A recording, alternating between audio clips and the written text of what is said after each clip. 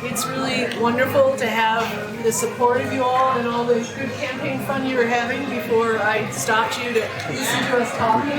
I have a couple of people who are here who haven't heard my spiel at all, so I might be a little bit repetitive here for some of you, but I'm going to go ahead and tell you a little bit about this. I think that Joanna and Scott and Sam and Michael and Barbara have all covered a lot of why I'm running. And they've also, I feel very humbled by their belief in me and my character and my hard work, which is a lot of what I'm bringing I would be bringing to the commission. It's really important for me that Barbara was here speaking. In a way, for me, she represents my students at Athens Tech that I had over the years. And I can talk about, and I may, but how I've been on SPLOS committees and got to know a lot about the government, and how I go to the commission meetings, and now I know the commissioners because I'm up there asking questions, making statements, sending them information. But I also know the community because of my time at Athens Tech. That gave me, I felt very fortunate. I know a lot of people who are connected to the university come from other places like I do. And you can get kind of insular in that life of this sort of academic life or the in-town life. Not that I've ever lived in town really, but anyway, Athens Tech gave me this much truer understanding of Athens, and also actually of all of Northeast Georgia, though I'm not running for state senate yet, and really made me feel that I knew the community in a way that a lot of people in my circumstances aren't able to know the community, and that's something that's enriched my life a lot. I'm running because I have the energy, I have the time, and I have the skills. Sam mentioned that I'm retired, or he's retired, but I'm retired too. Thank you to the state of Georgia and the teachers' retirement system. I'm very fortunate for that. But I was able to retire pretty young. I feel like I'm the last person to be able to retire young with a state retirement. And so after 5 years, I'm just 61, and I have a lot of energy. I can only do so much bike riding. So I want to use some of that energy to serve the community. I come from a family of people who give back. Both of my parents were teachers. Both were involved in the teachers union. My mother organized all the after school activities for the church. When she retired, she went to the jail and she taught she was a literacy volunteer for years. So I come from a people who were always giving back there, and so this gives me the opportunity to give back. I think that all the people who spoke sort of attested to my character, to my hard work. I know from the 2 times I was on a SPLOS selection committee in 2005 and 2011 that it requires a lot of homework. There are long reports that need to be read carefully. They need to be questioned. Someone needs to think about that. That's something I will bring to the commissioner. Michael and Mary can attest to my recent reading that we were doing. Just last week, the mayor and commissioner passed an agreement with the Classic Center that covers the land swaps and some of the preliminary agreements on the new gigantic arena that's being built, and the new hotel and senior development center down there. Well, that was a 50-page document. I went through that. I read the whole thing, and there was no mention of renewable energy in there. It said they're going to follow the Athens rules, but we wanted that right in there. Michael and I got up and spoke at the commission meeting.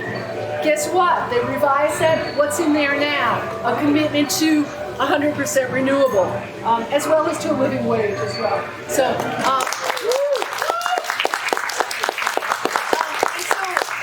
I'm the person who's going to keep doing that as well. We have the North Athens development going on, which is really the redevelopment of the Bethel homes and all the area around the Linden House by the Council on Aging. I went to that last week. It's going to be a long process. Hopefully the residents are involved as much as possible. They seem like they are. But I was there also saying in my brainstorming, let's make this all renewable and as efficient as possible so that the people who live there have as low of energy bills as they can. two of the parts of my platform are for, hello. I'm saying really fabulous things, so you're probably going to listen. So two of the things that are on my campaign platform are my commitment to a walkable, bikeable, and busable Athens, as well as to the 100% renewable resolution. And I want to be behind the rail reminding people of that. Both of those initiatives have a really important equity part to them. So when we have a whole plan for like 220 bike and sidewalk projects. You can't all do that at once. That would be, can't even imagine how much that would be. So you have to put them in order. A big part of that prioritization was looking at neighborhoods where people need sidewalks to get to buses. They use bike lanes because they don't have cars, where there are a lot of kids living in poverty or older people living in poverty. And I want to be there behind the rail making sure that the commission in the city sticks to that promise to do things in an equitable way, as well as with 100% resolution as well. And Michael talked about that. The two other parts of my platform have to do with the east side. And I've been out walking. We're going to do some canvassing this afternoon. Anyone can join us. It's pretty fun. But I've been doing some walking out there. And people really, they really like my focus on helping the east side thrive. And that's because I love having a place like this. I love Jittery Joe's. I love taking my bike up to Aldi's. We want to have this be as much of a community as possible. And for those people who walk or ride bikes, Gaines School to Barnett Shoals, it's pretty flat. And we know what that means if you're walking or you're riding your bike. There's a lot of opportunities here that people are really interested in seeing growing. There's also a new library coming to the east side. There's money in SPLOST for that. I'm going to be there whether or not I win as a commissioner. I'm going to be there when they make a list of when they're going to build those projects. Because that library was the first thing on the list that the citizens chose. It should have been on the list in 2011. I will not get into that. You can come and talk to me about it. But it was the first thing, and it needs to be in the beginning of that SPLOST list, and not in 2030 at the end of it, because we've been waiting a long time for that. And I want to make sure the community's involved with that. I'd love to transform the Kmart into, I don't know how I'm going to do that. I'm going to get some power over the Krogers and have them think about what they're doing with that property that they've left behind. So I'm really committed to the east side.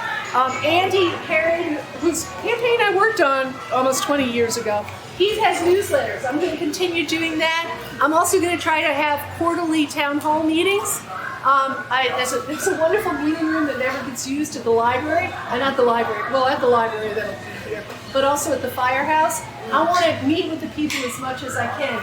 I was telling Michael just before that as I'm knocking on doors, I mentioned the 100% renewable energy and the bike lanes and the sidewalks. These are people I don't talk to all the time. And they're all excited about this. There's a lot of people excited about these things. And it's very heartwarming there. In addition, the last part of my platform is that I'm going to really work for the whole community as well. There's a lot of people on the commission right now who are working for social justice issues, that are trying to address some of the inequities in this community that are historical, that are looking at the issues of poverty. I'm 100% with them. We actually have a wonderful commission now. We really have a wonderful commission. I filled a candidate questionnaire for Athens for Everyone, and they said, "What do you think of the commission?" Well, I said, I think they're a really good commission. I said, I gave them a B+, but I'm a hard grader. So I don't think that we'd ever get an A because it's imperfect. It's all part-time commissioners. Everyone is stretched, but there's a lot of people trying, and I want to be part of that. Criminal justice reform, I could go on about that as well. I had a big experience in 2005 when I walked through the jail. We were toured, the SPLOST committee toured the whole jail because we were considering putting the jail on the SPLOST then. We rejected it.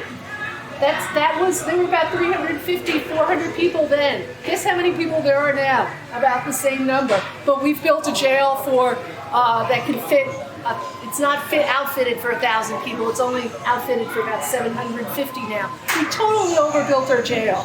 Okay? And we need to be figuring out ways to keep people from getting into jail. We need to find ways to deal with poverty. Very hard, very complex, not easy. There aren't easy solutions, but I think there's a lot of people working for that. I think that kind of sums up everything. I really appreciate you all being here. Now, I have less than 90 days now, and some of you have heard reference to my bike ride across the country. That took me 83 days to get from north of Seattle to Portland, Maine, to north of Portland, Maine. That was 4,200 miles. I had to do that day after day, and although I love bicycle riding, when I was in Wisconsin and the thrill had worn off and it was raining, it was like, oh darn it, I gotta ride my bike again, you know? But I don't give up, I persevere. And so between now and May 19th, I'm gonna be out there knocking on doors. And that's the most important thing, and that's where I need your help. So I'm gonna do a call for that. I'm going to be knocking doors on Saturday and Sunday and Thursday afternoons. I invite any of you to join me, and I got to tell you this, I've knocked on doors forever for different people. It's really easy. People they're much more welcoming. They really talk a lot if you're the candidate, I've found. But it's not that hard to do. So I know a lot of people are scared of that, but it's really, if you want to help me, that's the best way you can help me there. I also have a postcard writing campaign. I have 1,000 postcards, and I sure don't want to have, more than 10 left at the end. What I'm trying to do is find people who have a personal connection to someone on the east side. I looked through the list, and I just scanned through over there, and some of you are doing that already.